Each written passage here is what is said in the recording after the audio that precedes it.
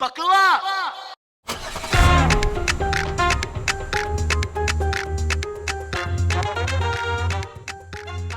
Hi everyone, welcome to Buckle Up Podcast. I'm Natalia Earl and I'm a certified business and life coach that loves talking to people. I'm fascinated by humans and how our brain works. What is it that makes a decision good or bad, and how does that decision ultimately shape our path and destiny? Everyone loves to talk about success, but what about the flip side? How about adversity, failure? It's such a big and often necessary part of life, and it's simply unavoidable. So I invite you to join me on this inspiring, honest, unpolished interview show with breathtakingly real conversations that go deep on setbacks and hardships that are part of the puzzle that ultimately lead to growth, discovery of inner greatness, and what makes us resilient. Bakla! Grab your helmet and buckle up, people. It's going to be a bumpy ride, but what a ride it will be.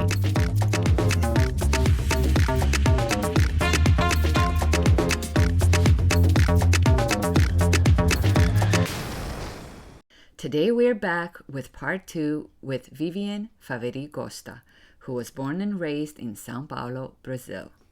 Being the only one in her family to have interest in sports and nature, Vivi had to swim against the current to find her place in the world. Biking was her north and the mountains were her compass.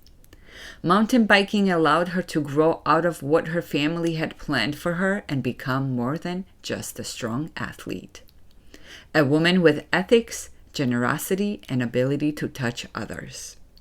Vivi is a 2-time national champion, 2-time Brazil Ride winner, RAAM 2022 finisher, Red Bull TV commentator, podcaster, writer, and a Cannondale Ambassador.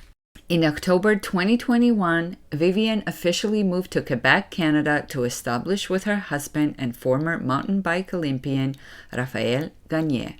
And in June 2022, Vivi and Raphaël launched their mountain bike school in Quebec.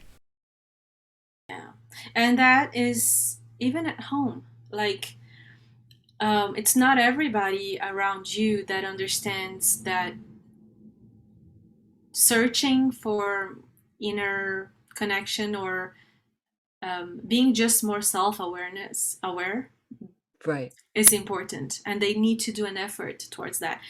You don't have to do therapy. If that's not your thing, don't do therapy. Go read a book, go talk to friends, find a group of people that you like to talk about these things, but search it. Right. And Don't ignore it. Don't ignore it, but it's not up to us to tell them to do it, right? 100%. We cannot, it's not our task. We have to accept them where they are right now. Right. But that doesn't mean you have to allow them in your life. That's where the boundaries are, right? You have to set your healthy boundaries, and you have to understand, okay, this energy, this person is not serving me right now. And sometimes the closest people to us can be our biggest anchors that can pull us down, again, intentionally or unintentionally, because of their beliefs, their limited beliefs. Oh, yeah. And you've experienced some of that with your family, right? And especially so different, but we are each supposed to bring something in to this world, but we tend to compare ourselves to others all the time. And that's what we don't understand, that you don't have to compare yourself to another person. You stay focused on you, in your lane, in your mission, and that's where really success comes out. And I think our mind is our biggest enemy. Yeah. And that's, you touched a point, like when you speak about comparison, that I can, comparison is a big thing in my life, because what I was doing for the last 10 years was bike racing. That was my life. And for a while I was doing it professionally at a very high level. And when you race, one of the main things about racing is you compare your performance with someone else's performance. But there is like a thin line that separates um, only comparison to performing. Right. Like, and it that's one of the biggest things that I practice when I race, is learn how to move my attention from comparison to myself, to Right. my lane, to staying on my lane, and to doing my work, to doing my job. Every time I race, I know I'm gonna have to deal with my comparison demons. And it's gonna be the cross country races that I do are 1 hour and a half of racing, really high intensity. And I know it's gonna be 1 hour and a half of dealing with not comparing myself to the other girls in the field or my competitors, but just doing my job and learning how to battle for a position during a race. It's also like the comparison goes straight back in, because you do a move and then you pass the rider, but then she can like get that position back by doing something even better, or like you're in the same level and you're like just battling for the position. So if you're based on comparison, you're going to be destroyed by your thoughts when you get past. Right.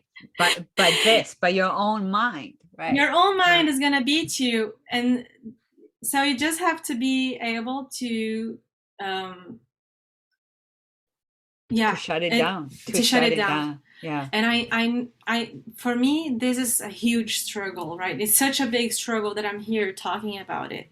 And I know that this is the struggle for, also the struggle of many, many, many riders racing professionally, cross-country World Cups, for example.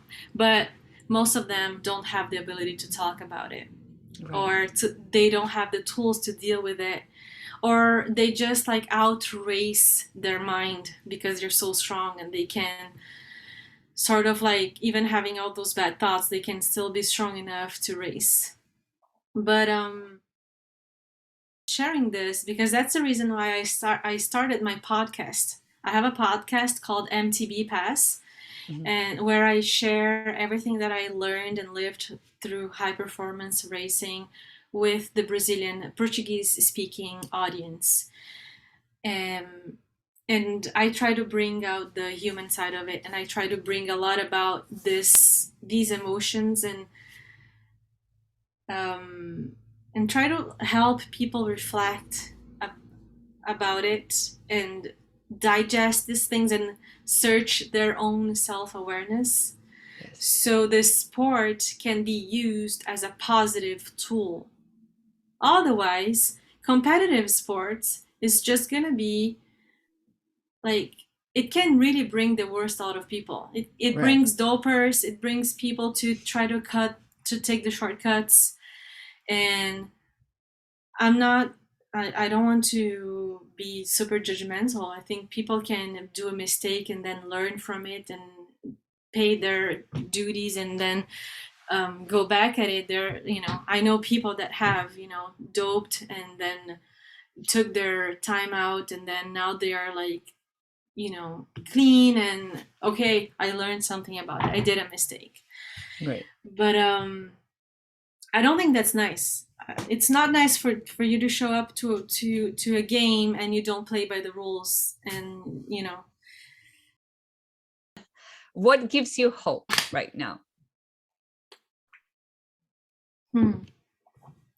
Conversations like this one, definitely.